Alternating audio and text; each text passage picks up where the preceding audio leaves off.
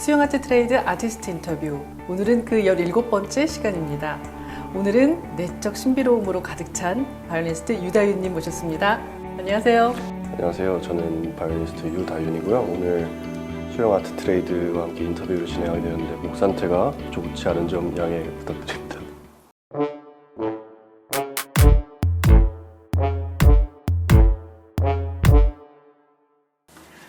그저께 독주회를 마치셨는데요. 너무나 아름다운 연주였어요. 감사합니다. 네, 마치고 좀 쉬셨나요? 네, 쉬고 가족들과 시간도 좀 조금 보내고. 네. 쉴 때는 주로 뭐 하면서 쉬세요? 사실 또 내일 모레 이제 내일이죠. 내일 다시 독일에 돌아가는데 가자마자 또 연주가 있어가지고 그러세요? 연습도 하고 또 이제 다른 어린 학생들도 조금 가르치고 그러면서 이번에는 그렇게 보냈던 것 같습니다. 참 다현 씨 연주를 들으면서 음악에 대한 생각, 그다음에 음악에 대한 어떤 감정이 외부의 방해를 받지 않고 오롯이 음악으로 다 전달되는 바이올린이라는 악기를 통해서 전달된다는 느낌을 받았거든요. 이게 여러 가지 질문이랑 좀 합쳐지는데 본인은 어떤 연주를 지향해요?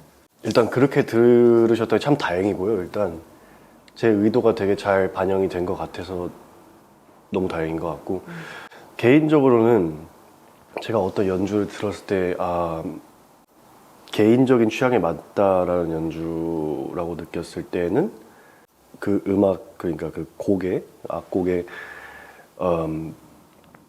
확실히 집중이 되고 뭐 특정한 뭐 다른 요소가 아니라 정말 그 곡에 집중을 했을 때 그런 생각이 들더라고요. 좋았다 이런. 네. 그래서 개인적으로도 그런 연주를 하려고 노력하고 있습니다. 연주에 앞두고 곡을 선정하거나 연습을 함에 있어서 물론 그 레퍼토리를 선정하는 데는 그 상황에 따른 여러 가지 요소가 작용을 하겠지만 주로 어떤 기준으로 선택을 하게 되나요? 가장 첫 번째로 생각하는 거는 조금 특수한 상황이 있나? 뭐 예를 들어서 그저께 했던 연주 같은 경우 올해가 쉔베르크 탄생 150주년이어서 가장 먼저 쉔베르크 곡을 골랐었고 또 그거에 따라서 뭐 베베란도 조합해보고 거기에 또 조합할 수 있는 게 뭔가를 생각해보다가 이렇게 다른 아이디어들이 떠올랐는데 저만 좋자고 할 수는 없으니까 대중적인 입맛도 조금은 선택을 해서 참 조합하는 게 어렵기도 한데 전 정말 좋아하거든요. 프로그램 짜는 거를. 여러 가지를 정말 고민 많이 해서 개인적으로는 그렇게 연주할 때마다 고르려고 하고 있습니다. 드린 질문 안에서 좀 질문을 시작해 주시지. 드리지도 않은 질문을. 아니, 괜찮은 워낙 오늘 뵈니까 또 우리가 생각했던 아주 내성적이지만 저는 굉장히 내성적이신 분이라고만 생각을 했어요. 근데 그렇지 않으신 것 같아서 갑자기 궁금한 게 많아졌습니다. 굉장히 어린 시절부터 바이올린을 시작하셨죠? 그렇다고 할 수 있는데 요즘은 또 뭐 저는 6살 때 시작했거든요. 만 6살 그러니까 또 뭐 만 3, 4세부터 하는 친구들도 있으니까 뭐 일찍이라고는 할 수 있는데 적절한 시기에 처음 접한 것 같습니다. 계기가 있으셨어요? 제가 살던 동네에 악기점이 이렇게 있었는데 이게 뭐 바이올린뿐만 아니라 첼로, 더블 베이스 이렇게 모든 악기가 이렇게 진열이 돼 있었는데 그게 너무 멋있어 보이는 거예요. 그래서 사달라고 막 그러고 마냥 멋있어 보여가지고 네. 뭐 동네 학원도 다니다가 뭐 이렇게 자연스럽게 접한 것 같습니다. 네.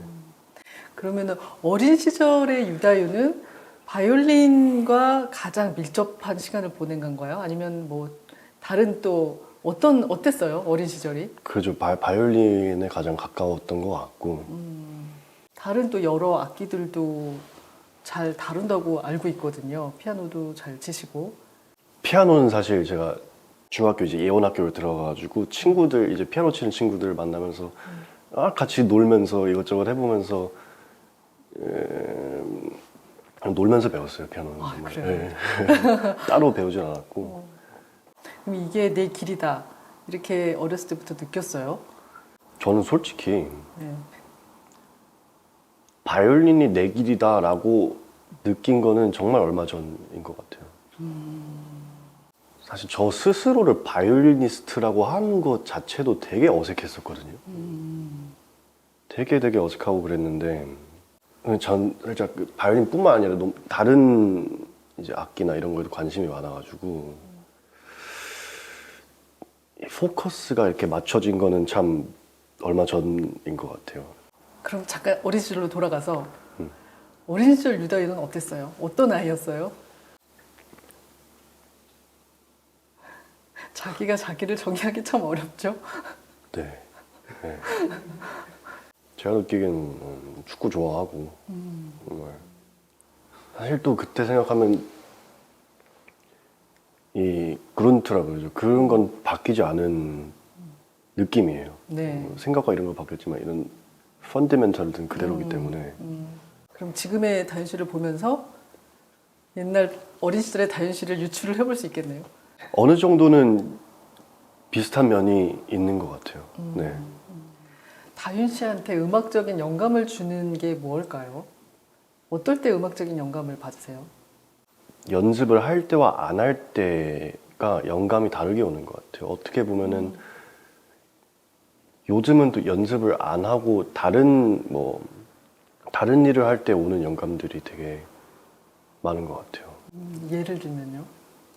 뭐 음악을 듣는다든지 뭐 스코어를 본다든지 그러니까 뭔가 악기를 잡고 있지 않을 때. 악기를 잡고 있지 않을 때 얻는 것들이 되게 많은 것 같아요. 요즘은.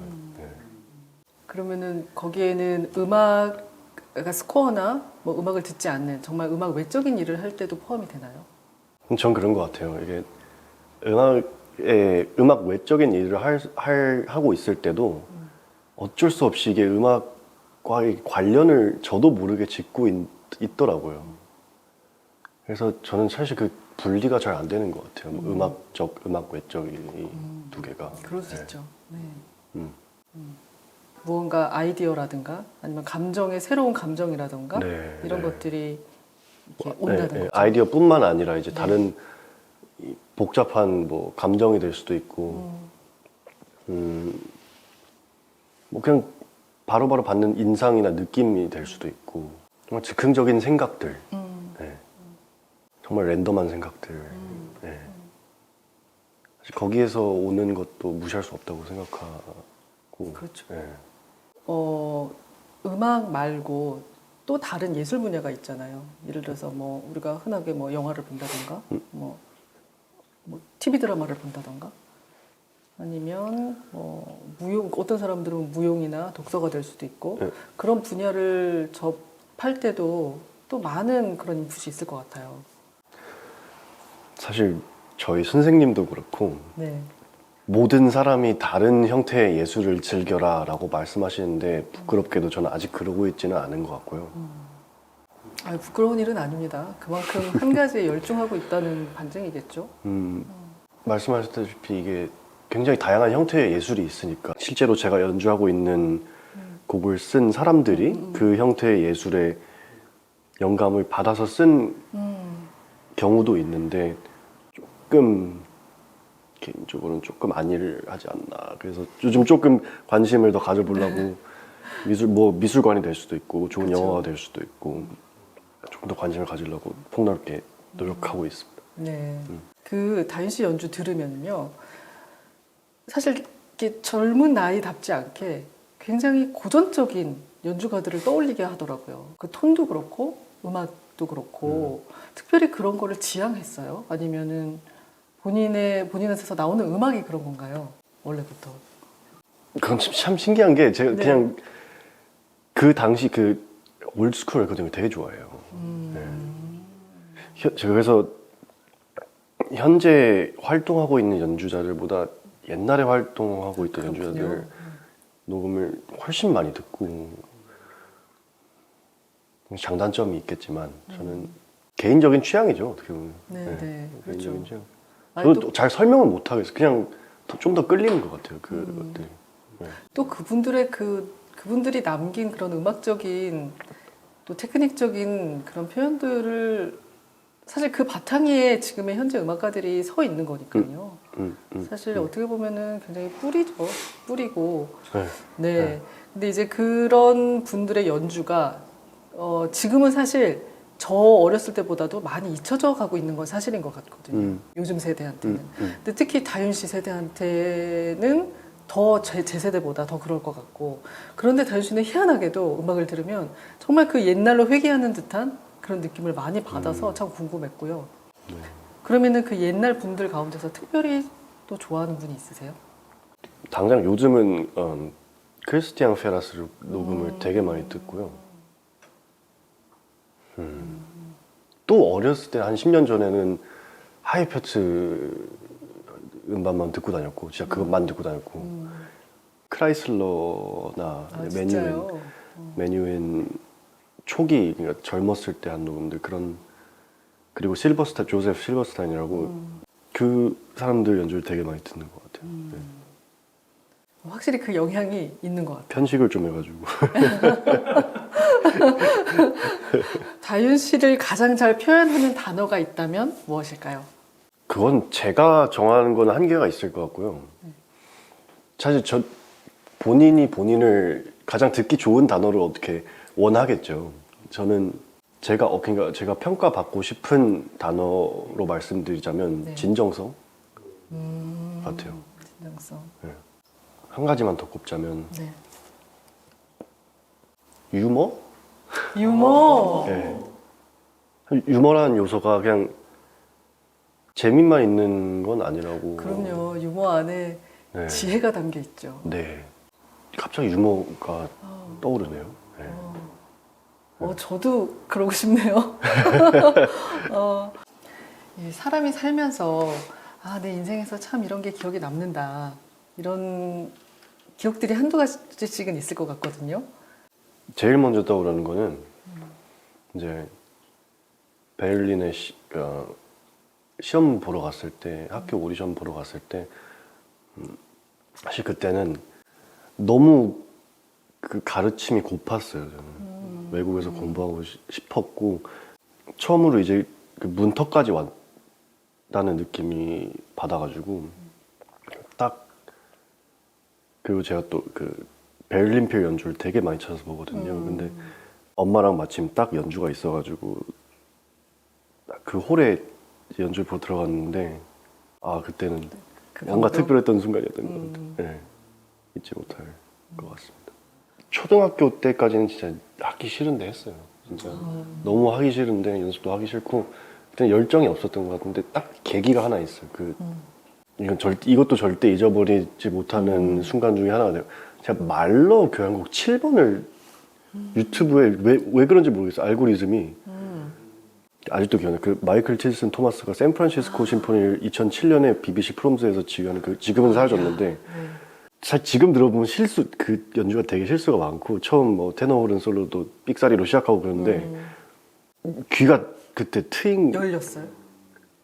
이 세계구나. 되게 신기한 경험이었던 것 같아요. 그 전까지는 그냥 시켜서 그냥 진짜 하기 싫어 했던 것 같고 열정도 없었고 근데 또 그만하기에는 어느 정도 왔고 그런 거 없지 않아 있었는데 딱 말러 음악 7번을 시작해서 8번 5번 1번 이렇게 간 기억이 나는데 첫 번째 터닝 포인트인 것 같아요. 그래요. 예. 이건 조금 개인적일 수도 있는데 그냥 제가 진짜 잊지 못할 거니까 재작년 비涅프스키 콩쿠르 나갔을 때 제가 이제 1차가 있었고 2차가 2개로 나눠져 있었고 이제 파이널에서 콘체르토 2개를 했어야 되는데 제가 다 아침에 했어요. 그래요. 네, 그리고 제가 첫 번째 순서 쓸 때가 많았고 첫 번째 아니면 두 번째 해가지고 그런데 이제 마지막 이제 파이널 라운드 때 2개 콘체르토를 연주했어야 되는데 이제 베토벤을 하고 다른 참가자가 또 베토벤을 하고 이제 제가 베냐스키 콘체르토를 했는데 이미 익숙해진 상황에서 이 박수가 별로 안 나오는 상황이 그래서 딱 끝났는데 정말 뭐 들어보지도 못한 갑자기 막 그런 우레와 같은 막 소리 뭐 지르시는 분도 계시고 이런 순간들을 위해 연주를 하는구나. 뭐 이런 순간만 위해서 연주를 하면 안 되겠지만 그렇죠. 연주자한테는 이런 원동력 중에 하나겠구나. 현실적으로 다가왔던 것 같습니다. 네. 사실 그 비냙스키 콩쿠르를 저희는 같이 찾아봤어요. 저희 실장님하고 다현씨 연주를 굉장히 감동적이었어요. 그때 베토벤 저는 뭐 비냙스키도 좋았지만 그때 베토벤 연주가 진짜 좋았다고 생각해요. 그때 그래서 사실 그때부터 다현씨를 인터뷰하고 싶다고 생각을 했고 그래서 연락을 하게 된 거였거든요. 그 콩쿠르를 지나 작년에는 롱티보 그래서 이제 2위로 입상하셨고 그 얘기 나온 김에 콩쿠르에 대해서 좀 여쭤보고 네. 싶은데요. 네. 그 국제 콩쿠르를 도전하는 이유가 뭐예요? 현실적인 이유는 일단 저희 소속사 대표님이랑도 항상 하는 얘기인데 일단 어느 지역의 콩쿠르에서 좋은 결과를 내면 일단 그 지역에서 연주 기회가 많이 잡히고 그래서 뭐 콩쿠르는 뭐 경주마들을 위한 거다 이런 말이 있잖아요. 저는 전혀 동의하지 않거든요. 특히 저희 음악이 아니잖아요. 네.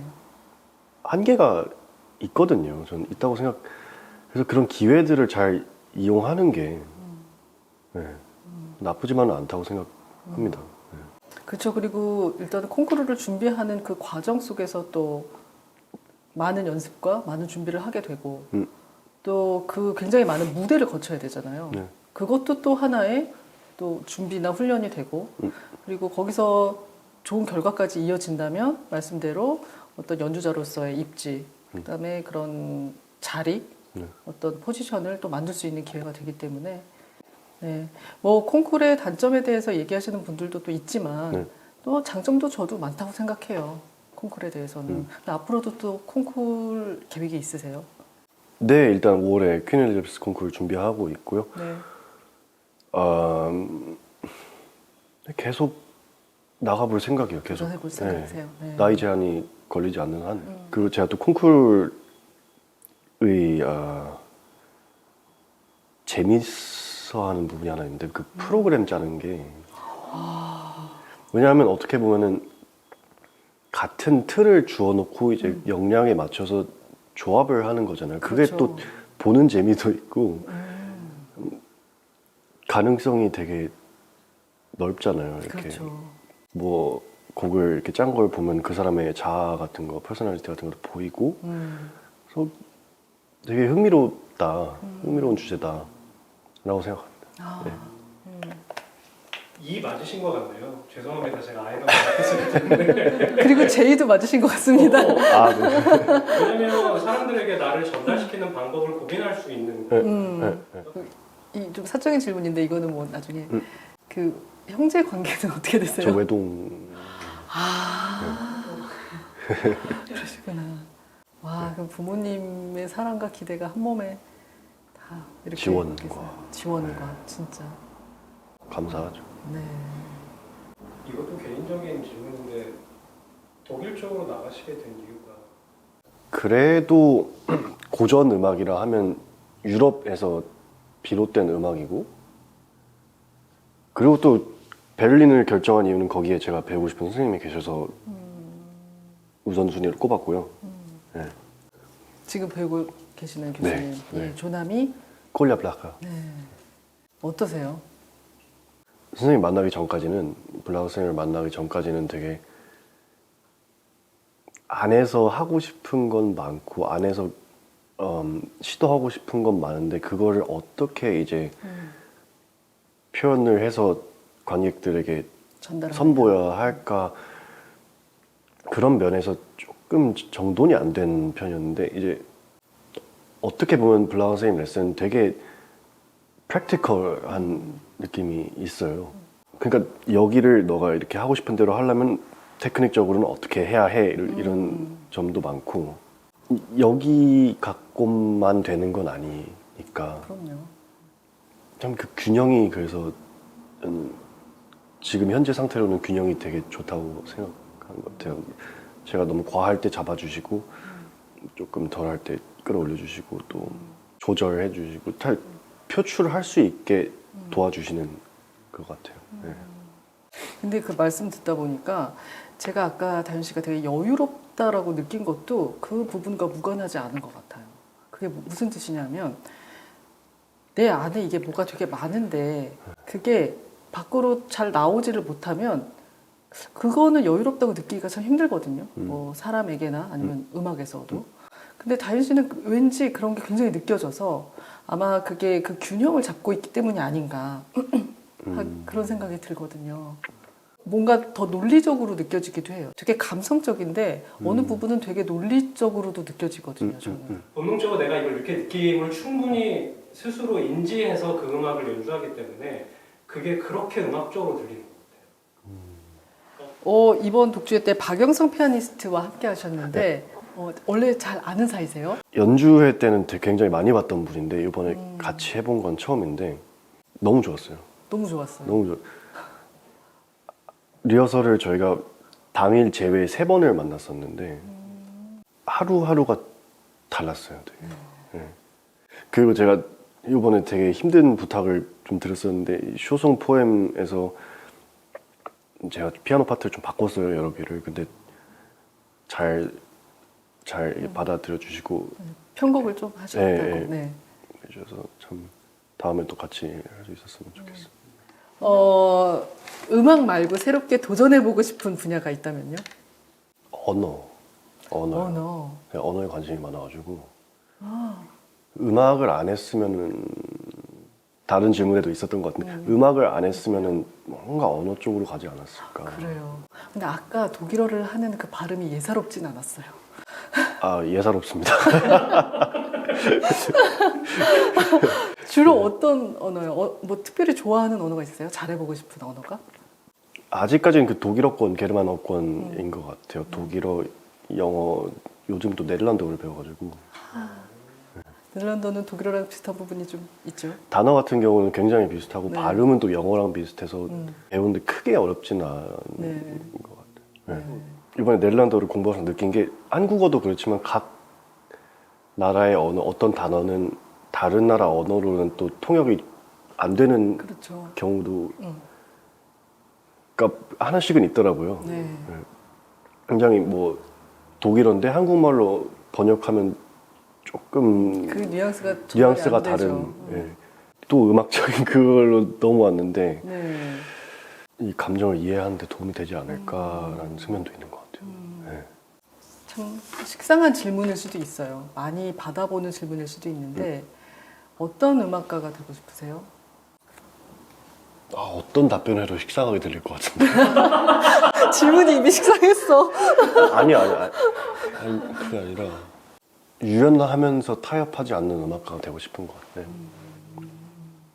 지금 드는 생각으로서는 이게 최선인 것 같아요. 네. 아니 부연 설명을 하지 않아도 무슨 말인지 알 것 같아요. 진짜. 이게 전혀 다른 질문이에요. 네. 저는 다현 씨 비브라토가 너무 아름답다고 생각하거든요. 아, 비브라토에 특별히 관심을 갖고 연습을 한 그런 시간들이 있었나요? 사실 그것도 참 계획을 하려고 노력하는 편인데 뭐 쉽게 말하면 속도나 어떤 굵기 그런 것들이 다 계산이 어느 정도는 되어 있어야 된다고 생각하고요. 그럼요. 네. 각자 가지고 있는 비브라토가 다르죠. 저는 개인적으로 좀 느린 비브라토를 가지고 있거든요. 그래서 요즘 좀 빠르게 이제 훈련을 하고 있는데 그건 머리인 것 같아요. 오히려 그건 여기서 다 돼야 돼. 예를 들어서 높은 음인데 비브라토를 이렇게 하고 있으면 음정이 틀려지겠죠. 마치 성악가인데 소프라노가 고음역대에서 음이 뭔지도 모르겠게 이렇게 하는 거랑 비슷해서 내가 느끼는 감정을 전달을 하는 어떤 방법을 찾아야 되는 사람들이기 때문에 그게 이제 어떤 논리적이거나 이런 머리가 포함되어 있지 않으면 거기서 성공하기는 힘들다고 느끼거든요, 저는. 다현 씨 손이 진짜 가늘네요. 되게 예술적인 손이다. 그러네. 손이 되게 예쁘시네요. 그런 말 많이 듣긴 하는데 조금 아니, 손 모델을 하셔도 되겠어요.